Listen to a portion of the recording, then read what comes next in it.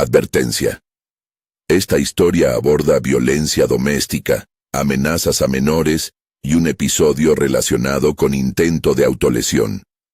Si estos temas te impactan, escucha con cuidado y prioriza tu bienestar. Quédate hasta el final para ver cómo se plantan las pruebas que cambiarán el destino de una madre y su hijo. La cuna estaba vacía por un minuto. Solo el calor reciente de la mantita y el olor tenue del talco. Afuera, la ciudad respiraba como siempre. Motores que se encendían y apagaban. La radio del bar de la esquina repitiendo el mismo titular de la mañana. Dentro del apartamento, Cristina mecía el aire con la mano hasta que el llanto comenzó. Fino primero, después demandante. Lo tomó en brazos sin mirar la hora. El bebé se pegó al pecho y, por un segundo, todo encajó. La casa pequeña, los muebles que habían visto mejores veranos, el silencio que solo un niño dormido sabe traer. Entonces una voz apareció en la radio, clara y luminosa, como una promesa antigua. Bior Carvalho hablando de deber, de orden, de héroes que cuidan la ciudad. Cristina apretó la piel del bebé contra su cuello. La voz pública de Bior, el hombre que la había salvado, el exmarido al que ahora temía, llenó la habitación con su tono de verdad incuestionable. Había estado décadas construyendo una reputación que ahora actuaba como escudo y arma. Ella sintió que la casa se estrechaba. No era solo la palabra, era la red. Bior, jefe de la policía, alguien que podía torcer miradas y heterogeneizar pruebas con la facilidad con que la gente cambia de canal. Lo que lo hizo más peligroso era su talento para mostrar ternura donde había dominio. En la plaza era el protector, en su vida privada había demostrado otra cara. Cristina lo había sabido, y aún así, su historia con él comenzó en un gesto que parecía salvación. Una mano extendida cuando todo parecía hundirse. Un lugar para quedarse. Promesas de futuro. Fue así como terminó casada con un hombre cuya sombra ahora alcanzaba al niño que había nacido de su vientre. La familia Borges, propietaria del hotel que marcaba el pulso del pueblo, ocupaba las paredes de la historia como un cuadro que no podía ignorarse. El hotel era más que un edificio, era el latido económico de la ciudad, el lugar donde las deudas se discutían a la luz de la barra del bar y los favores se sellaban con aperitivos. Ana Borges, la hermana que aún creía en el apellido. Álvaro, el hombre que miraba los números con la dureza de quien no puede permitirse nostalgias. Yuri, el hijo que había heredado parte del resentimiento. Elena, la madre que todavía recordaba un verano antes de las pérdidas. Sus voces intervenían en cada decisión como quien ajusta las piezas de un tablero donde el prestigio pesaba más que la piedad. El padre había muerto hacía años en un accidente que dejó el hotel herido y las cuentas al borde del abismo. Algunos susurraban que no fue accidente, que la presión había acabado con él. Cristina, que había comenzado a trabajar como masajista para ayudar a guardar la casa, conocía la fragilidad de esa línea. Un día estás haciendo la planilla, otro día están pidiendo que te calles para no espantar a los clientes. Fue en ese clima de deuda y orgullo donde la maternidad de Cristina se volvió una noticia peligrosa. No por el bebé en sí, sino por lo que representaba. Una posibilidad de reputación que podía ser revendida, una vida que exigía seguridad y que, por eso mismo, podía convertirse en moneda de cambio. Ella aprendió a desconfiar de las bondades públicas. Aprendió que algunos favores se cobran en silencio y que el silencio puede ser más letal que cualquier puño. Los primeros golpes fueron sutiles. Una llamada en la noche con la respiración de un hombre al otro lado. Mensajes que desaparecían de su teléfono cuando intentaba mostrarlos a alguien. El rumor de que no era buena madre, que había arruinado su trayectoria, que el bebé no debía quedarse con ella porque su pasado era una hoja con manchas. El primer empujón fue social. Una clienta del hotel que dejó de venir tras una charla en la que alguien, siempre alguien, sugirió que Cristina no era confiable. Después vino la presión económica. Avisos de deuda en la puerta, transferencias a cuentas que no cuadraban y una factura del hotel que apareció en su mesa como si el sobrenombre de Borges pudiera multiplicarse hasta asfixiarla. Bior aprovechó esas grietas como quien recoge frutos maduros. Un día, cuando Cristina acudió a hacer el acta por una amenaza telefónica, lo descubrió en la comisaría conversando con colegas que la miraban con cortesía y distancia. La ley se volvió la voz que ella escuchaba por última vez. No hay pruebas suficientes, dijeron, y sin pruebas la protección se convirtió en expediente y voz. La ironía quemó más que la ira. Un hombre que había prometido orden doblaba la ley a su favor. El primer gran episodio que la hizo despertar ocurrió en una tarde de verano durante una recepción en el hotel.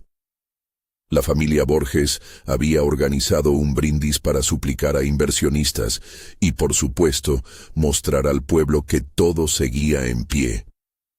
Las mesas brillaban con manteles blancos. Cristina había aceptado ayudar con la logística porque cada peso contaba y, además, le daba la excusa para estar cerca del bebé. Llevaba al niño en un portabebés bajo una blusa enorme como una carpa protectora. Bior llegó con la conciencia de quien va a un empate ganado. Sonrisa amplia, abrazos largos a personas que lo nombraban padre de la ciudad. Él pasó junto a ella y por un segundo le rozó la mejilla con una frialdad que intentó enmascarar con un gesto familiar. Niños corrían entre las mesas. Un servidor dejó una bandeja cerca de la zona de los primeros, justo donde ella había dejado una tetera con agua templada para la papilla. Cuando fue a servir, notó que el líquido tenía un olor raro, apenas perceptible, algo medicinal, más ansia que aroma. Alguien se había acercado al lado de la mesa y con un gesto de naturalidad removió una tapa. No era una acción directa, era una intervención tan sutil como una gota que descompone un tejido. En ese momento apareció Sofía, la mujer que cuidaba la limpieza del hotel desde hace años, y apartó la bandeja con el ceño fruncido. Un cliente dejó otra mezcla ahí, murmuró, evitando mirar a Cristina a los ojos. Cristina sintió en el estómago una alerta que no podía nombrar. Fue Sofía quien, más tarde, le dijo en confianza que había visto a un hombre desconocido pasar cerca de la zona de los niños y suspender la mano como si rociara algo. No quise decir nada, dijo Sofía en voz baja. No quiero problemas. La mujer tenía miedo de perder su empleo. El hotel alimentaba su vida. El miedo de otros era la tela con la que Bior tejía su impunidad. No hubo intoxicación aquella noche. El bebé durmió apacible en su portabebés. Pero la sensación de encuentro cercano con un peligro invisible caló hondo. Cristina guardó la tetera en una caja en el armario. Una medida insignificante que para ella se volvió rito de vigilancia. Esa caja se convertiría después en el altar de su desconfianza. Allí puso pequeños objetos, papeles, mensajes, la factura que no correspondía. Con el tiempo, sería su banco de pruebas, su archivo de memoria contra el borrado. El hostigamiento no siempre tomaba forma de acción directa. Muchas veces era un trabajo de desgaste, impugnaciones laborales a través de llamadas anónimas, la transmisión de rumores a los dueños del hotel para que, con falsa neutralidad, la dejaran sin horas, y el uso constante del apellido Carvalho como si fuera una vara de medir la verdad. Cuando los clientes preguntaban por la madre del bebé, alguien comentaba, con la suavidad del cuchillo, que la relación con Bior había sido complicada. Eso bastaba para que los ojos se cerraran ante su nombre. En esas pequeñas embestidas fue que ella aprendió a mirar cada gesto como posible evidencia. Un mensaje borrado era ahora un eco a desenterrar. Un testigo que tenía miedo podía, en el momento correcto, convertirse en el que había visto todo. Necesitaba tiempo y redes. Empezó por Silvia, la amiga de la infancia que aún iba a buscarte al mercado y que había trabajado años en la sala de emergencias. Silvia, con manos endurecidas por tanto lavar y curar, conocía la ciudad como quien conoce la espalda de un libro. «No estoy sola», le dijo Cristina una noche, con el bebé dormido sobre su pecho. «No te prometo que puedo ganar, pero voy a intentar hacer que no nos arrebaten lo que tenemos». Silvia apretó la mano, y juntas hicieron el primer contrato de una resistencia modesta. Mantener registros, fotografiar mensajes, hablar con discreción con quien pudiera. Hubo una médica que visitó a Cristina durante una consulta rutinaria por el posparto. Un resultado de laboratorio, mal interpretado o dejado a medias por la prisa de la guardia, dio indicios de trazas de sedantes en sangre. El informe, legible solo para unos pocos, se deslizó por los pasillos y terminó en manos de quien lo interpretaría como una ventana para justificar dudas sobre la estabilidad de la madre. Para Cristina, sin embargo, fue la clave. Si alguien le había suministrado algo sin su consentimiento, la prueba existía en tinta hospitalaria. No era prueba concluyente aún, era semilla. Guardó una copia del documento dentro de un sobre en la caja del armario. Con la caja cuidadosamente cerrada, la relación con la familia Borges se hizo más tensa.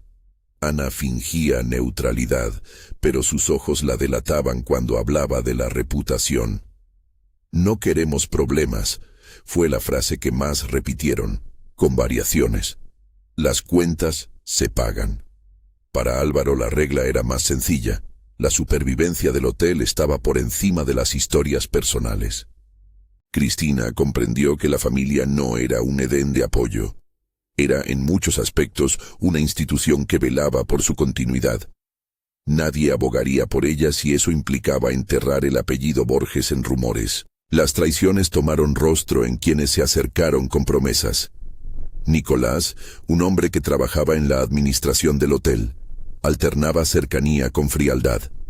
A veces sonreía y hablaba de cómo los números podrían arreglarse. Otras, desviaba la vista cuando la miraba. Andrei, por su parte, cuyo nombre flotaba en conversaciones por su cercanía con la banca local, apareció como ayuda financiera posible, pero siempre con condiciones.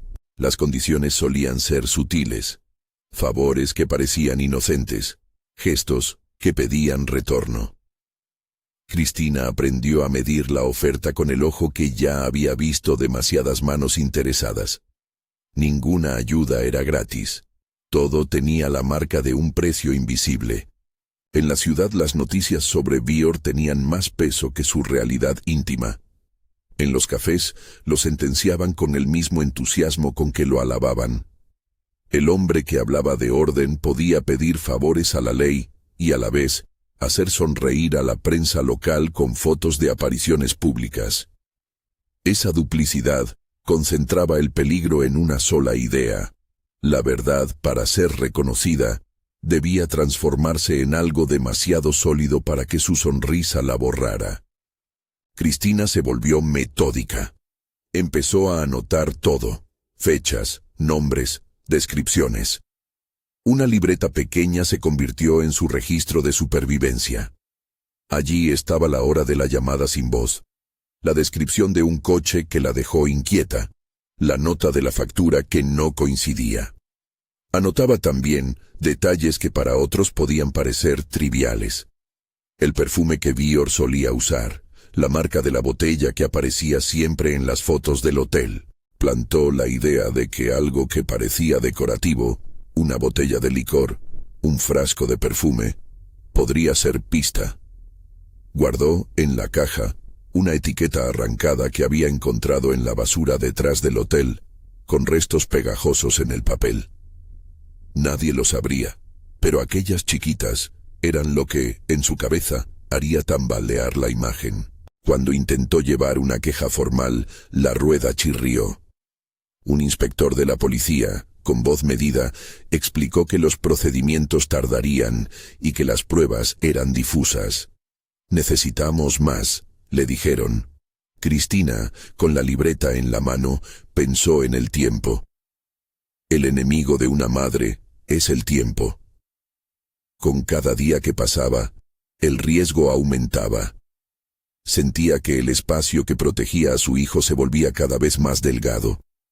Fue entonces cuando decidió que la protección debía ser proactiva. No sería solo quien aguardara por una respuesta. Sería quien la obligara a salir. No era una decisión de agresividad, sino de necesidad. Empezó a hablar con la gente que podría ayudar, no con quienes posicionaban el poder, sino con quienes trabajaban entre sombras y podían decir la verdad sin mirar a la luz.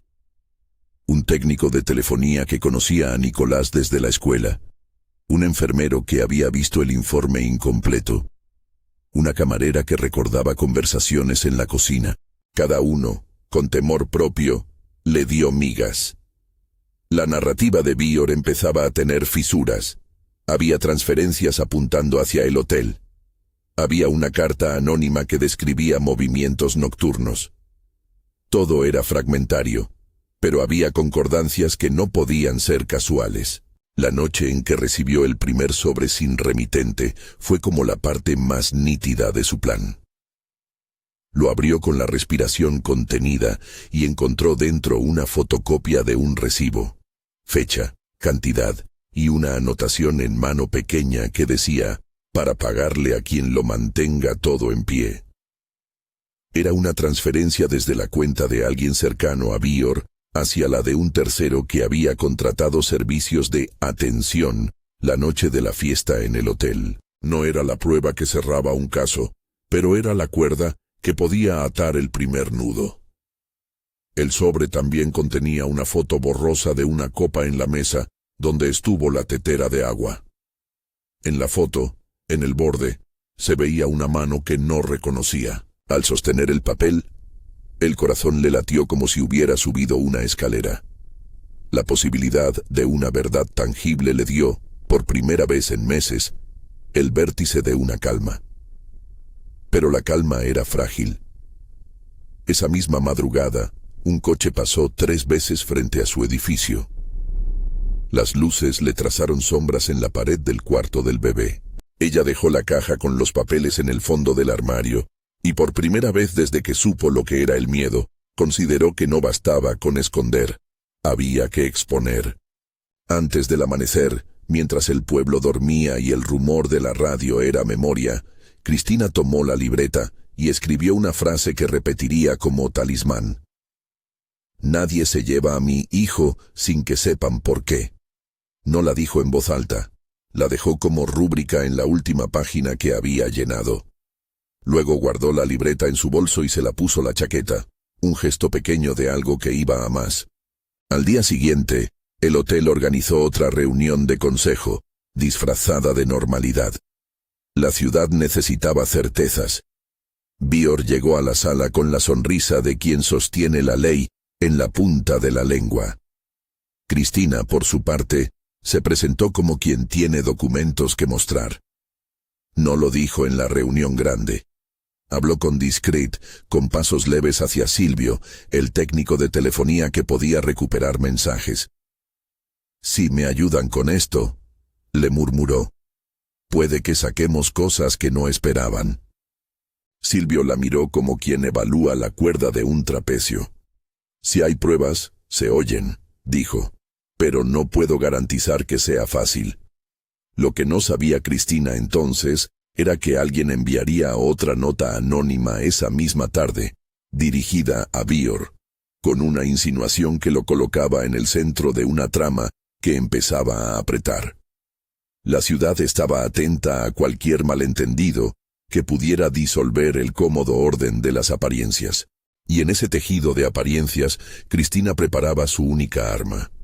La verdad organizada, con fechas y nombres, hecha de papeles que respaldaran lo que ella sabía en el cuerpo. La tensión subía como agua en una olla a punto de hervir. Cada gesto, cada llamada, cada mirada podía encender un incendio. Ella lo sentía en los huesos cuando arrullaba al bebé por la noche, cuando miraba la cuna, y pensaba que la vida de ese niño dependía ahora de su capacidad de juntar trozos de lo real y convertirlos en prueba. No prometía victoria, solo decía, voy a intentarlo. Una tarde, mientras recogía ropa tendida en el patio trasero, Cristina vio a Nicolás hablar apresuradamente con un hombre en la calle. Parecían nerviosos. Cuando el hombre se marchó, Nicolás la miró. Hizo un movimiento como de disculpa y se fue. La ambulancia que estaba de paso le recordó que la ciudad no era solo su escenario, era la casa de otros, con historias propias. Cristina comenzó a entender que las alianzas no se declaraban. Se leían en la forma en que la gente miraba cuando mencionabas el nombre de Bior. La primera parte de su plan consistía en armar material que no se pudiera desechar por el peso de la reputación.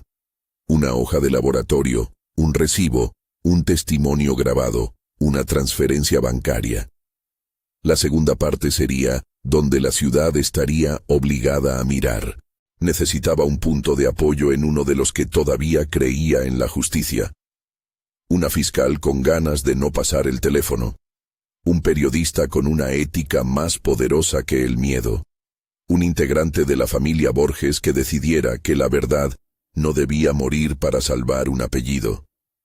No sabía cuál sería el nexo, pero lo buscaba con la paciencia que solo se tiene cuando se protege a un hijo. Las noches en vela se multiplicaron. El bebé, como si supiera del plan ajeno, se volvió más exigente. Las guardias de lactancia y de cuna se hicieron ritual. Cristina aprendió a calmar su pulso sin dejar de registrar cada sonido.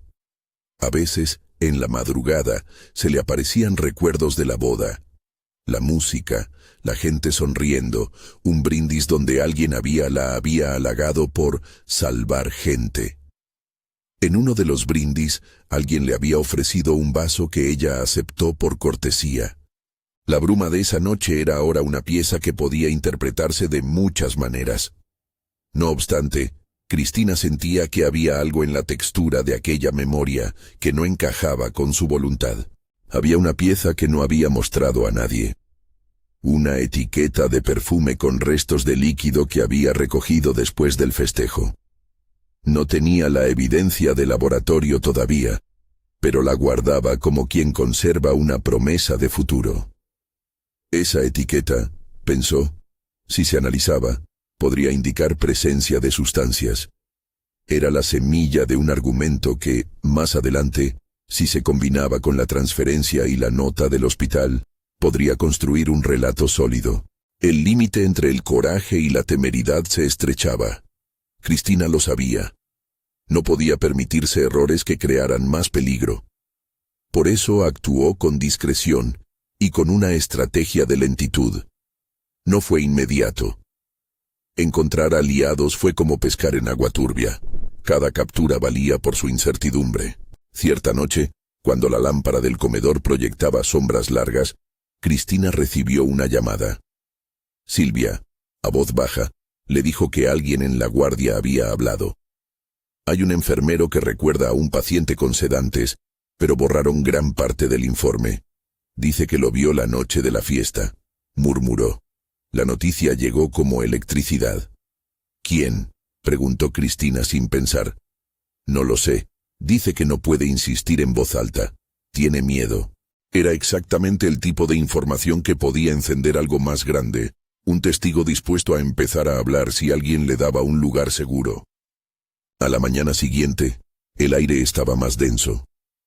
Cristina caminó por las calles que conocía desde niña con la cabeza baja, pero firme. La vida de su hijo se entrelazaba con la de la ciudad, y esa red le ofrecía, por un lado, protección, y por otro, peligro. En la puerta del hotel, alguien la observó. No le sorprendió. Se devolvió por la acera y, con la mano en el bolso, palmeó la libreta y el sobre con la fotocopia del recibo. Guardó la respiración y se dijo algo que se repetiría como mantra. No me van a robar la paz de mi hijo. El punto de inflexión que vendría no era evidente todavía. Plantas, papeles, miradas, una botella que olía a perfume, una mano en una foto. Todo era fragmento. Pero los fragmentos, en la mesa adecuada, pueden formar un mosaico que cambie el relato. Cristina lo sabía y empezó a moverse como quien junta piedras para construir un dique contra la marea. Aquella tarde recibió una nota. Alguien te observa. Cuida tu caja. No había firma. El mensaje le pareció una advertencia. Al mismo tiempo algo más llegó. Una llamada de un número que no conocía. Una voz de mujer, temblorosa, dijo solo una frase. Yo vi lo que pasó en la cocina la noche de la fiesta.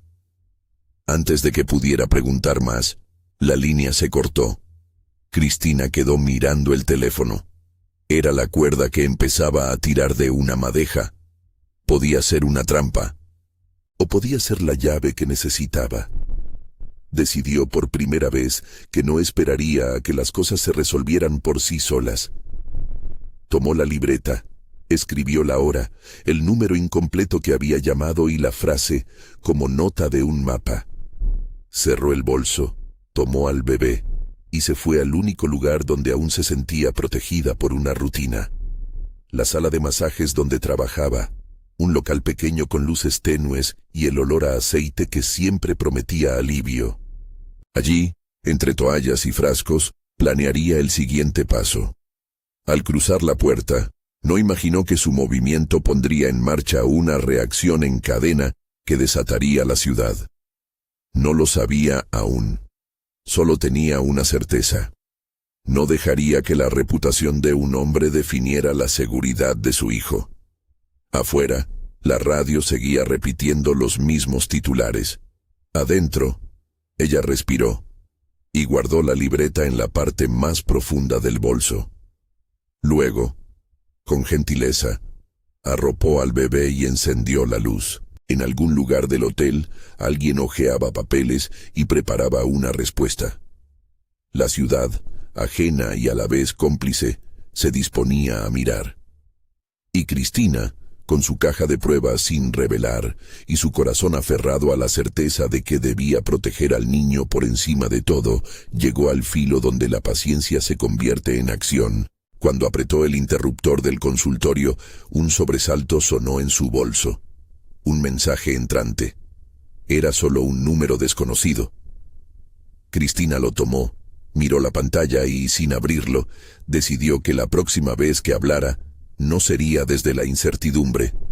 Había preparado algo. Tenía una libreta, una caja, una amiga, una nota anónima y la determinación de convertir fragmentos en verdad. Mientras la tarde se inclinaba, la ciudad se iluminó, y a través de las ventanas del hotel, Víor regresaba a su papel público, anfitrión de orden, salvador de crisis. Nadie, o casi nadie, sospechaba que dentro de las paredes del mismo hotel se guardaban papeles que podían desenmascararlo. La historia aún no había llegado a su punto de ruptura, pero algo se movía en las sombras. Un testigo con miedo, un técnico dispuesto, una etiqueta con líquido pegajoso, un recibo fotocopiado. Eran las piezas que, unidas, podrían hacer tambalear la fachada de un hombre que había aprendido a transformar su poder en verdad indiscutible. Cristina respiró hondo. Afuera, la ciudad continuó su ritmo. Dentro, el bebé se acurrucó y cerró los ojos. Ella, por primera vez en mucho tiempo, pensó que quizá, solo quizá, podría construir una trinchera que lo guardara. Entonces sonó otra llamada. Esta venía de un número que sí conocía, pero su pasado con esa persona iba a abrir la posibilidad de una ayuda inesperada. Ella contestó, y la voz del otro lado la sorprendió. La voz del otro lado sonó tan baja que al principio Cristina creyó que era otra equivocación.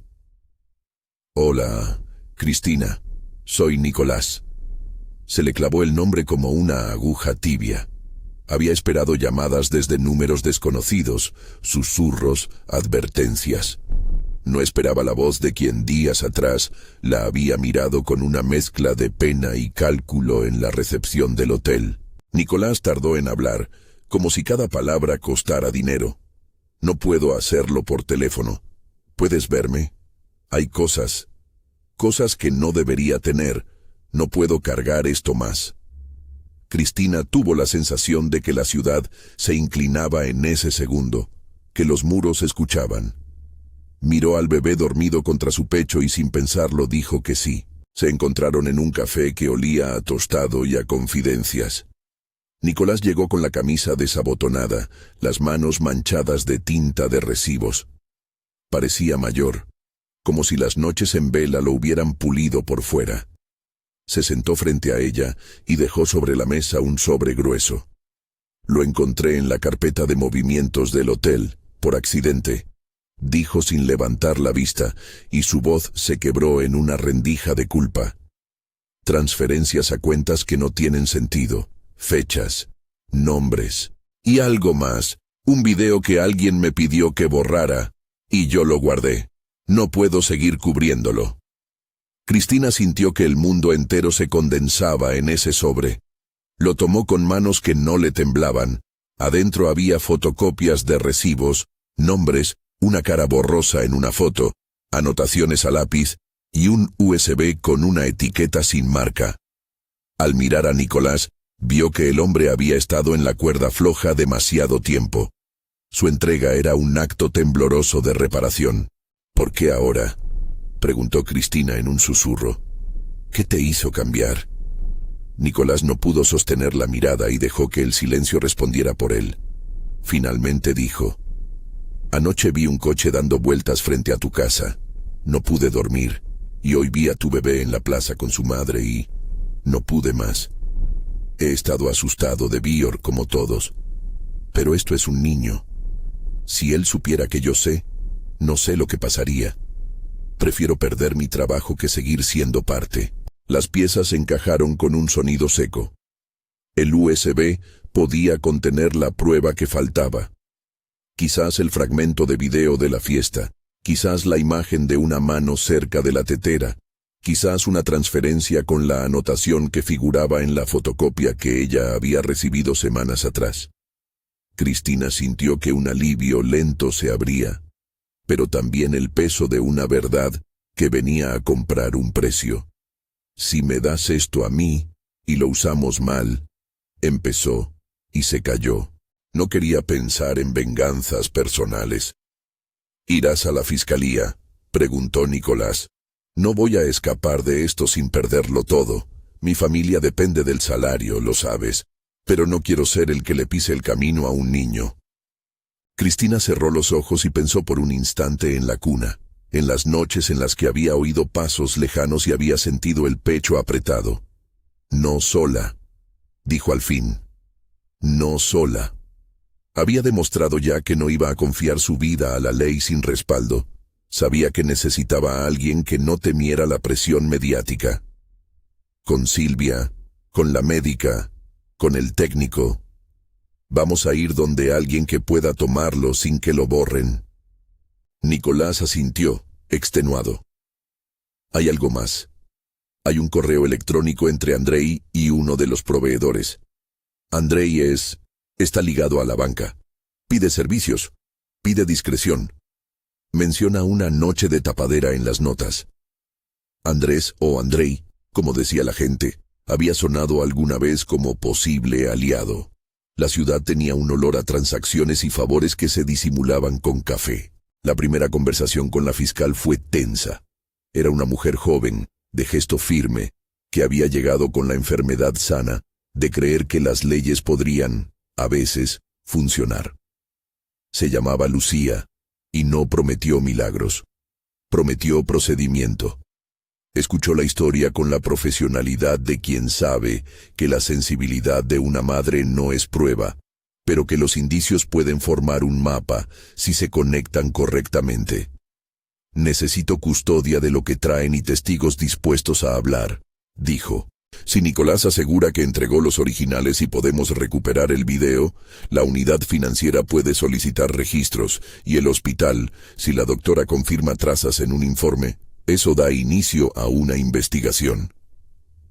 ¿Confidencialidad?, preguntó Cristina, porque la palabra era un escudo. No quiero titulares que me dejen sin trabajo antes de tener la verdad. Habrá medidas provisionales, respondió Lucía. Podemos pedir orden de restricción si existe riesgo, y medidas para proteger a la madre y al menor. Pero deben entender que esto no es inmediato. La policía no puede detener por corazonadas. Necesitamos algo más que sospechas. Cristina salió de allí con expectativas medidas y con las manos vacías de certezas. Nicolás, sin embargo, había dejado instrucciones. Un técnico que podía recuperar datos, un enfermero con mala conciencia que podía hablar sin firmas, y una camarera que había guardado en su teléfono un video de la mesa donde la tetera había estado. Silvio, el técnico de telefonía que trabajaba con ella en pequeñas reparaciones, fue clave. Recuperó mensajes borrados y encontró un hilo de llamadas entre una cuenta vinculada a Bior y un número que aparecía repetidamente como operador de servicios. Las transferencias existían en los registros del hotel. Nicolás había copiado los extractos. Todo se volvía menos vaporoso, pero el peligro se intensificó. Cuando Bior notó que algo se movía en su alrededor, lo hizo con la calma de quien regula tormentas. Envió mensajes que sonaban a preocupación pública. Apareció en la radio con una voz más firme. Insistió en que su conducta era impecable. Al pueblo le gustaba creer en héroes. Para Cristina eso era una condena lenta. La primera escalada concreta ocurrió una tarde en que Cristina, por necesidad, llevó al bebé a comprar pañales. Entraron al mercado municipal. La brisa traía sabores a pescado y pan recién hecho. Bior apareció allí por casualidad, como quien no necesita un plan. Saludó. Besó la mano de una mujer mayor que lo vitoreó y posó para una foto con clientes. Cuando Cristina intentó pasar con el cochecito, una figura alta la bloqueó. Era un hombre que trabajaba para Bior, de mirada dura. «Mejor que no andes sola», le dijo con demasiada cortesía. La frase estaba bañada en amenaza.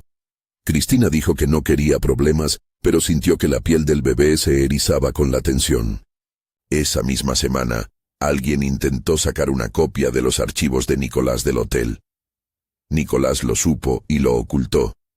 Fue suficiente para que entendiera que el tiempo de las existencias secretas había caducado. Sofía, la empleada de limpieza, confesó que había visto a un hombre rociar algo en la mesa de las teteras. La camarera que había filmado con su teléfono la conversación en la cocina se debilitó bajo la presión de los jefes. Me pidieron el teléfono. Dijeron que no había nada, dijo con voz náufraga. Cristina, que había aprendido a cuidar la fragilidad de quienes la apoyaban, prometió protegerlos. El punto de quiebre llegó en una fecha marcada. La inauguración de la temporada alta, cuando el hotel celebraba con una cena a la que asistieron funcionarios, comerciantes y voces de la ciudad. Todo el pueblo esperaba ese momento para respirar un orgullo común. Cristina fue invitada por obligación. La familia Borges la puso a cargo de los arreglos de última hora, a cambio de unas pocas horas de trabajo. No pudo negarse. Era la trinchera más cerca del público. Bior, por supuesto, sería el anfitrión. Se paseaba entre mesas con la seguridad de quien sabe que su imagen resiste cualquier mancha. Cristina trabajaba detrás, observando, con el bebé acomodado en una habitación contigua, donde una niñera acudía por horas. Había tomado precauciones. Dejó una copia del USB con la fiscal en un sobre sellado. Pidió a Silvia que, si algo pasaba, discutiera con la prensa local. Dejó también la libreta con las notas en una caja fuerte del hotel, una ironía que le parecía amarga. Y contó con la presencia de Lucía, que asistía en carácter de visitante y supervisora de pasos, según habían acordado. La cena avanzó entre brindis y risas forzadas. La banda tocaba canciones que la gente conocía de memoria. Bior se levantó para hablar y su voz llenó el salón. Habló de orden, de futuro, de la necesidad de unión. Mientras tanto, Cristina observó a través de la puerta entreabierta de la habitación del bebé. Vio a Bior saludando, luego a Nicolás en la recepción, aparentemente ajeno. Pero lo que ella no podía prever era la jugada que Bior había planeado. Aprovecharía la algarabía para insertar una figura que, a simple vista, serviría de cortina de humo.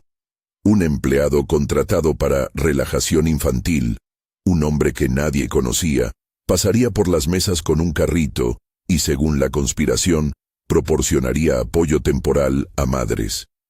La intención real era acercarse a la habitación del bebé y comprobar si podía retirar cosas, verificar su entorno. Sofía, que trabajaba en la limpieza cerca del pasillo, vio al hombre extraño. Su piel se tensó. Se le ocurrió que algo no iba bien, y sin pensarlo demasiado, siguió al hombre. Lo vio entrar a la habitación del bebé y luego salir con las manos vacías, pero con una expresión satisfecha. Sofía miró hacia el cuarto del bebé. La niñera estaba fuera por un momento. Sofía se acercó, casi sin pensar, y empujó la puerta apenas 1 centímetro. Vio una mano rozando la cuna. No hubo violencia, pero hubo proximidad. La reacción de Sofía fue visceral. Agarró su móvil y filtró la grabación que había alcanzado a hacer con el pulgar cuando entró a limpiar. El video mostraba a un hombre desconocido tocando el borde de la cuna y luego mirando hacia la puerta, como si esperara confirmación. Sofía, con el pulso acelerado, corrió hacia Cristina y le mostró el video en la cocina. La camarera que lo había grabado huyó de la presión y se entregó como testigo. Cristina sintió que se desprendía una verdad definitiva. No era solo manipulación económica ni rumores. Había intentos de aproximación al bebé en un contexto público. Esa noche, algo que antes había sido un peligro latente se convirtió en un riesgo concreto. Lucía actuó con prudencia. Pidió que las cámaras del hotel se revisaran y que nadie tocara los archivos. Pero las cámaras del salón, misteriosamente, tenían un lapso de tiempo sin grabación. Un técnico había desconectado un sensor por órdenes que, según él, venían de la gerencia.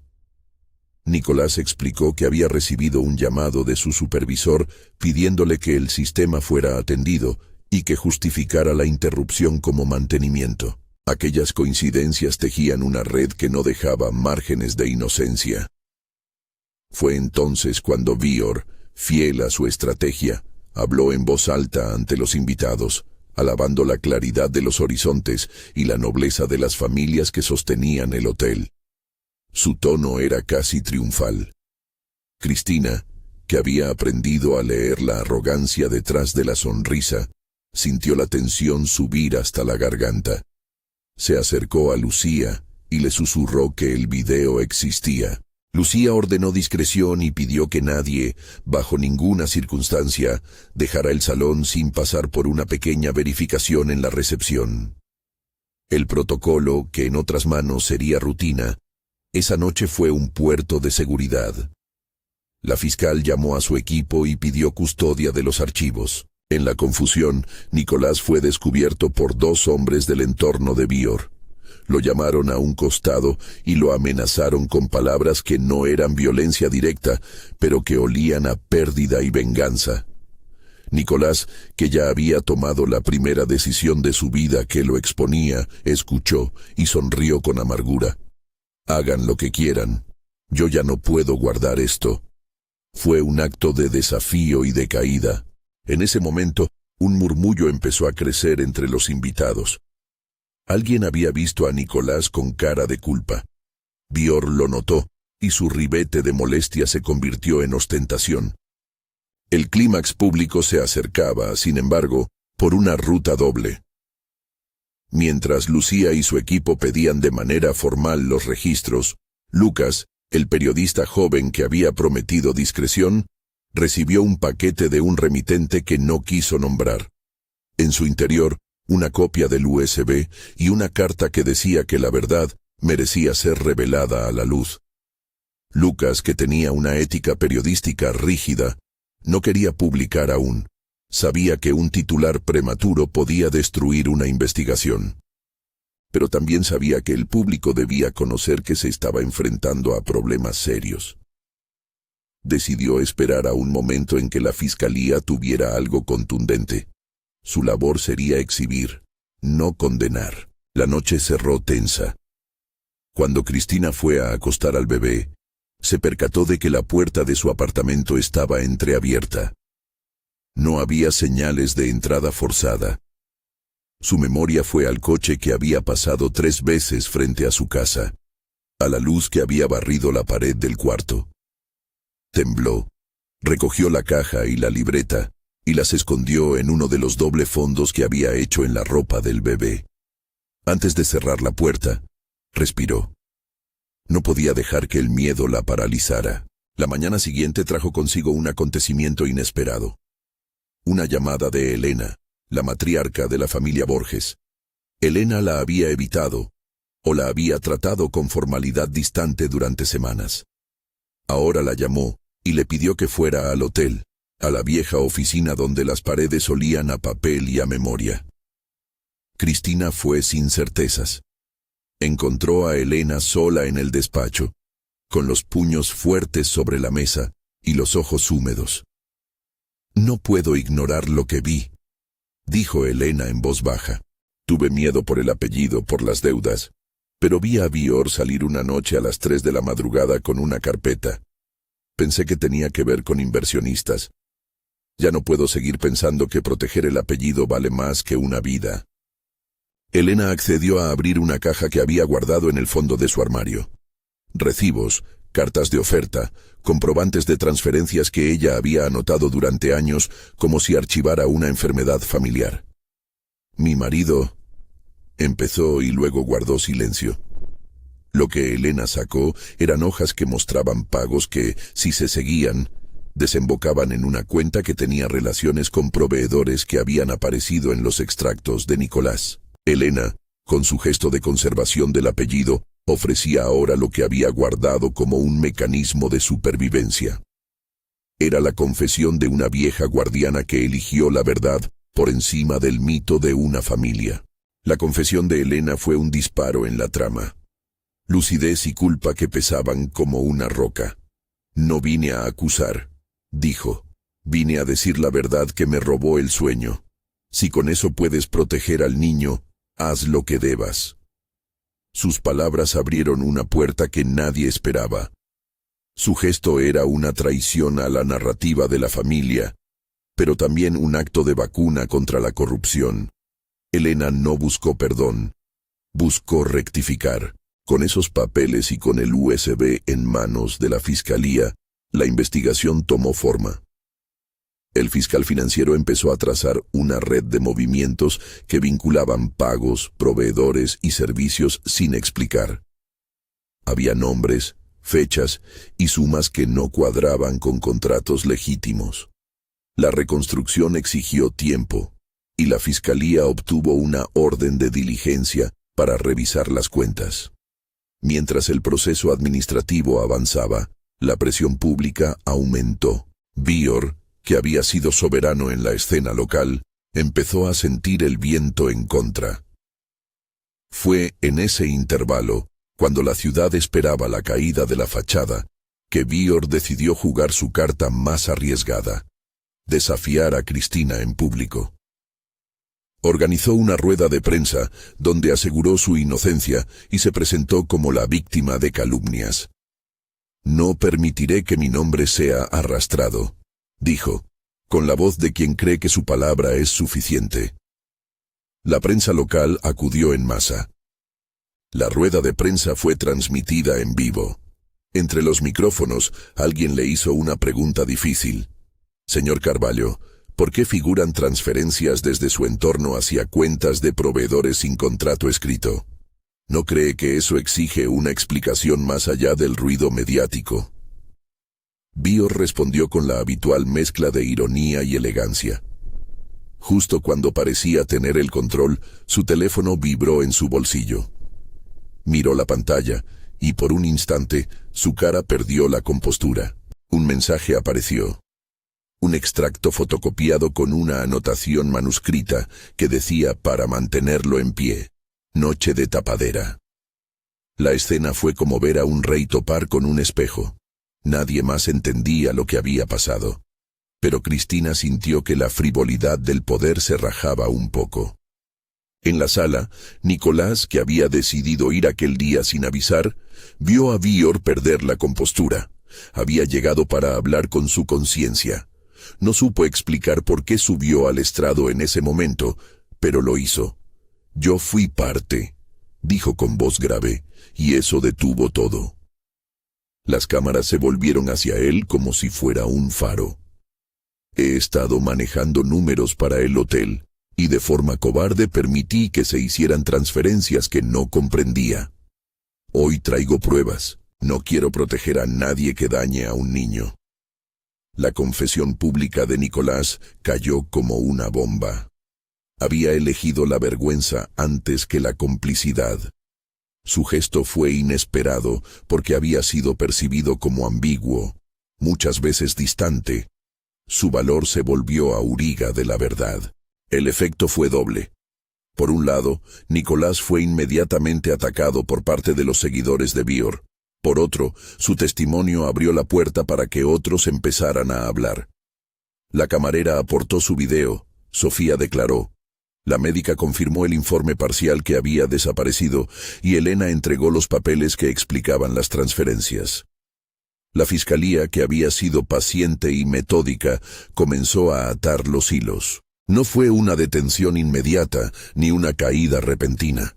Fue la acumulación de una geografía de pruebas que ahora tenía nombres, fechas y testimonios. La reacción del pueblo fue violenta en la medida exacta en que la fe en un héroe se quiebra. Algunos apoyaron a Cristina, algunos a Víor. La radio se llenó de opiniones, las miradas en la plaza cambiaron. Para Cristina, sin embargo, la prioridad no era la opinión pública, sino la seguridad del bebé. Lucía gestionó una orden de protección temporal y la policía, esos policías menos permeables al poder personal, asignó a una patrulla de vigilancia a la casa donde vivía. Aún así, Cristina no se dejó llevar por la ilusión de la seguridad plena. Sabía que la verdad no borraría las heridas, pero sí las dejaría a la vista. El momento culminante, aquello que detonó la salida pública de Víor del carril de favorabilidad, llegó de una manera que nadie había previsto, mediante la propia arrogancia del acusado. Víor, sintiéndose acorralado, había mandado mensajes en los que se quejaba de los que creen que pueden arruinar todo por la ambición de fama, y, en un descuido, había incluido una foto de la carpeta que mostraba un recibo manuscrito. El archivo fue filtrado por error a un grupo de WhatsApp interno, y alguno de los usuarios, asustado por la magnitud de lo que contenía, lo remitió a la fiscalía como prueba adicional. Esa foto, combinada con las transcripciones de llamadas y las transferencias bancarias, ofreció una narración coherente. Pagos sistemáticos para pagar silencios y servicios que servían para manipular situaciones. La caída de Víor no fue un acto de justicia instantánea, fue una secuencia burocrática. Fue suspendido de su cargo mientras se llevaba a cabo la investigación. Fue condecorado por muchos en su pasado, pero su imagen pública no resistió la acumulación de elementos. Lo que resultó inesperado para la ciudad fue ver cómo la red de complicidades se deshilachaba desde dentro. Empleados, proveedores, un administrador que eligió la verdad y una matriarca que desclasificó papeles. Nadie había apostado porque la familia Borges se fracturara así. Pero la lealtad tiene un precio que, ante la evidencia de riesgo a un niño, no todos están dispuestos a pagar. En lo personal, para Cristina, la resolución tuvo matices agridulces. La fiscalía consiguió medidas de custodia provisional. No fue una sentencia de cuento. Los procesos continuarían, y Víor podría defenderse en los tribunales. Pero se había conseguido lo esencial: la exposición de las maniobras que lo habían llevado a manipular y a poner en riesgo. Nicolás, por su parte, era objeto de procedimientos laborales y sociales. Pero su acto de confesión le había devuelto algo que el dinero no compra: la propia mirada limpia al mirarse en el espejo. «Perdí trabajo, lo sé», nos dijo luego, en un encuentro reservado. «Pero me doy permiso de dormir sin mentiras. En la casa de Cristina, la vida volvió a encontrar un paso. No era un regreso a la normalidad, sino a una nueva forma de existencia. Más alerta, más lenta, pero protegida. Silvia la ayudó como pudo. Elena, que sufrió la duda de haber avalado sin mirar, se acercó con cuidado y pidió perdón sin palabras grandilocuentes. Elena no se paseó como salvadora, simplemente entró con una canasta de ropa y un gesto de anciana que vale. Había mucho por sanar. La familia Borges había perdido su inmaculada reputación, y las cuentas del hotel necesitaban más que orgullo para sostenerse. Para Cristina la reconstrucción fue práctica. Buscar trabajo más estable, reforzar la red de apoyo, dormir en noches con menos sobresaltos. No había un salto al éxito, había un camino de barro que se limpiaba paso a paso. El final inesperado de esta historia llegó en un acto que nadie había sembrado con intención en el guión. La prensa, siempre hambrienta de una narrativa con héroe y villano, decidió no centrar la historia en la caída de Bior como un final épico, sino en la figura del hombre que se sacrificó para que la verdad saliera a la luz. En la plaza, frente al hotel, una multitud se reunió un domingo para escuchar a Nicolás hablar. No buscó perdón, buscó mensaje. Perdí cosas, dijo con voz profunda, pero ganar no es cerrar los ojos. Si algo queda de esto, que sea la posibilidad de mirar a otro a los ojos y decir la verdad. La salvación, de cierto modo, no vino de una sentencia fulminante ni de un castigo arrollador. Surgió de la pequeña valentía de gente cotidiana. La camarera que grabó con miedo, la enfermera que habló en un susurro, Elena que abrió cajas que guardó por años, y Nicolás que decidió soportar el frío social antes que permitir que la vida de un niño fuera moneda. Cada uno pagó su precio, pero el resultado fue la transformación de un tejido social. La ciudad supo que la reputación pública no es sinónimo infalible de bondad, y que las estructuras pueden ceder si la verdad encuentra respiraderos.